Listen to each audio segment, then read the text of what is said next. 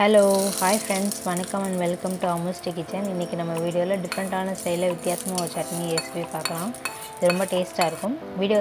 Channel subscribe பண்ணிட்டு வாங்க, நம்ம வீடியோக்குள்ளே போய் பார்க்கலாம். இதுக்காக நான் கொஞ்சம் வெங்காயம் கட் பண்ணி வச்சுருக்கேன், பூண்டு, தக்காளி, கொத்தமல்லி தழை, சொரக்காய் இது கட் பண்ணி வச்சுருக்கேன். இப்போது ஒரு கடாயில் 2 ஸ்பூன் எண்ணெய் ஊற்றிருக்கேன். நான் கடலை எண்ணெய் தான் யூஸ் பண்ணுறேன். உங்களுக்கு என்ன விருப்பமோ அது ஊற்றிக்கோங்க. கடுகு நம்ம லாஸ்ட்டில் தாளிக்கிறப்ப கூட போட்டுக்கலாம். நான் இப்போ அது கூட கொஞ்சமாக சீரகம் ஆட் பண்ணியிருக்கேன். இது பொரியவும் கொஞ்சம் கடலைப்பருப்பு ஆட் பண்ணியிருக்கேன். இது நல்லா பொரியட்டும். இது இப்போ பொரிஞ்சிச்சு. இது கூட வெங்காயம் சேர்த்துக்கலாம். வெங்காயம் நான் சின்ன வெங்காயம் பெரிய வெங்காயம் ரெண்டுமே சேர்த்துருக்கேன். இந்த மாதிரி செஞ்சீங்க அப்படின்னா டேஸ்ட் நல்லாயிருக்கும். இது கூட பூண்டு ஆட் பண்ணிக்கலாம். இது நல்லா போட்டு இது கூட நல்லா லைட்டாக மிக்ஸ் பண்ணிவிட்டு இது கூட நான் கருவேப்பிலை இதிலே ஆட் பண்ணிக்கிறேன். இதில் கொஞ்சம் சேர்த்துட்டு அப்புறமா லாஸ்ட்டாக ஆட் பண்ணிக்குவோம். கொஞ்சமாக இதில் சேர்த்துக்கிறது எதுக்காகனா, இப்போ நான் கருவேப்பிலை போட்டோம் அப்படின்னா என்னோடய ஹஸ்பண்ட்லாம் பார்த்திங்கன்னா அப்படியே எடுத்து வச்சுருவாங்க. இதில் நம்ம அரைச்சிட்டோம் அப்படின்னா தெரியாதுல்ல, அதனால தான்.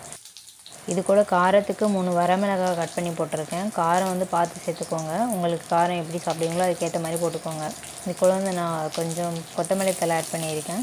இதை போட்டு நல்லா இப்படி மிக்ஸ் பண்ணிக்கலாம். இது கொஞ்சம் ஓரளவுக்கு வெந்ததுக்கப்புறமா தக்காளி சேர்த்துக்கலாம். இப்போ வேகட்டும். இப்போ வந்துடுச்சு, தக்காளி ஆட் பண்ணிக்கலாம். தக்காளி நான் நீல வாக்கில் தான் கட் பண்ணி போட்டிருக்கேன். அதை நம்ம அரைக்க தான் போகிறோம். அதனால் நான் பெருசாகவே கட் பண்ணி போட்டிருக்கேன். இப்போ லைட்டாக வேகட்டும். இது வேகிறதுங்கிறது ரொம்ப முக்கியம். இதை வச்சு தான் நமக்கு சட்னியோட டேஸ்ட் இருக்குது. அதனால் இப்போ கலர் சேஞ்ச் ஆகி வந்திருக்கு பார்த்திங்களா. இது கூட சொரக்காய் ஆட் பண்ணிக்கலாம். நான் தேங்காய் ஆட் பண்ணியிருக்கேன் கொஞ்சமாக. தேங்காய் விருப்பம் இல்லைன்னா ஸ்கிப் பண்ணிடுங்க. தேங்காய் போட்டாலும் நல்லாயிருக்கும், தேங்காய் போடலனாலும் நல்லாயிருக்கும். எனக்கு தேங்காய் போட்டால் பிடிக்கும், அதனால நான் ஆட் பண்ணியிருக்கேன். வேணான்னா நீங்கள் விட்டுருங்க. இதை போட்டு நல்லா இப்படி கிளறிக்கோங்க. நான் அது உப்பே ஆட் பண்ணவே இல்லை இப்போ வரைக்கும். இது நல்லா இப்போ நல்லா வேகணும். இந்த எல்லாமே கலர் நல்லா சேஞ்ச் ஆகி வரும் பாருங்கள். இப்போ நல்லா வெந்துட்டுருக்கு. இன்னும் கொஞ்சம் நேரம் ஆகட்டும். இப்போ நல்லா கலர் சேஞ்ச் ஆகி வந்திருக்கு. இப்போ ஆஃப் பண்ணிவிட்டு மிக்சியில் மாற்றிக்கலாம்.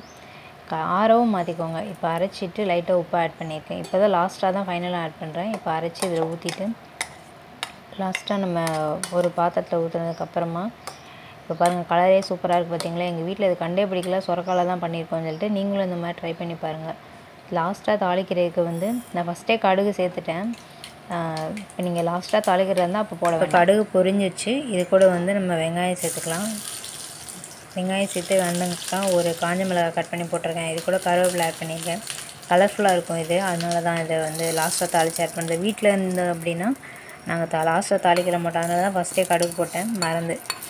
இப்போ பார்த்தீங்களா, சூப்பராக இருக்கா. இந்த சட்னி செம்ம டேஸ்ட்டாக இருந்துச்சுங்க. நீங்களும் இந்த மாதிரி ட்ரை பண்ணிவிட்டு எப்படி இருக்குன்னு சொல்லி எனக்கு கமெண்ட் பண்ணுங்கள். சொரக்காய் பிடிக்காதவங்களுக்கு இந்த மாதிரி சட்னியை செஞ்சு கொடுங்க. இது யூஸ்ஃபுல்லாக இருந்துச்சுன்னா ஒரு லைக் பண்ணி கமெண்ட் பண்ணுங்கள், சப்ஸ்கிரைப் பண்ணுங்கள். தேங்க்யூ.